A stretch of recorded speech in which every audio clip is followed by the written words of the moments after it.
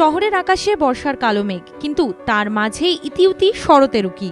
মাঠে ঘাটে কালো মেঘের দিকে মাথা উঁচিয়ে কাশফুল জানান দিচ্ছে আসছে শরৎ। আর মাঝে মাঝে মেঘ কাটলেই নীল আকাশে চোখে পড়ছে সাদা মেঘের ভেলা। আর এমন সময় নীল আকাশ শারদোৎসবের কথা মনে করালেই মন চলে যায় কুমোরটুলির দিকে। কোন পর্যায়ে সেখানকার প্রস্তুতি?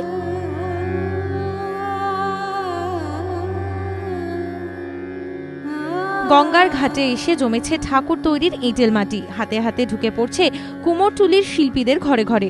কোথাও চলছে খড়ের কাঠামো বাঁধা, কোথাও বা কাঠামোয় পড়ছে মাটির প্রলেপ। কাঠামোর পর এক মেটে দো মেটে ধীরে ধীরে প্রাণ পাবে মৃন্ময়ী।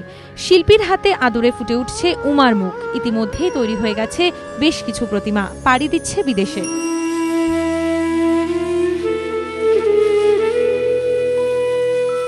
ঠাকুরটা যাচ্ছে লন্ডন। এটার হাইটটা হচ্ছে 8 ফুট আর লেন্থ হচ্ছে 18 ফুট।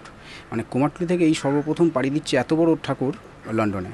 তো এই ঠাকুরটা মোটামুটি আমাদের সময় লেগেছে করতে, প্রায় মাস 2 মতন সময় লেগে গেছে। তো ডেকোরেশনের কাজ মোটামুটি কিছু কিছু বাকি আছে, মোটামুটি কমপ্লিটের দিকে, মানে 99% কাজ আমার হয়ে গেছে। ঠাকুরটা মোটামুটি ধরুন 3টে পার্টে করা আছে। এটা কন্টেনারে যাবে। এটা মোটামুটি 40 দিন মতন লাগে সামথিং। ঠাকুরটা ধরুন টোটালটাই ফাইবার গ্লাসের।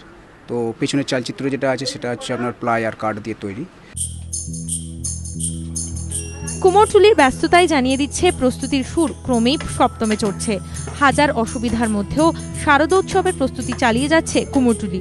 পুজোর যে বাকি আর মাত্র 100 দিন। সঞ্চয়ন মিত্র রিপোর্ট, এবিপি আনন্দ, কলকাতা।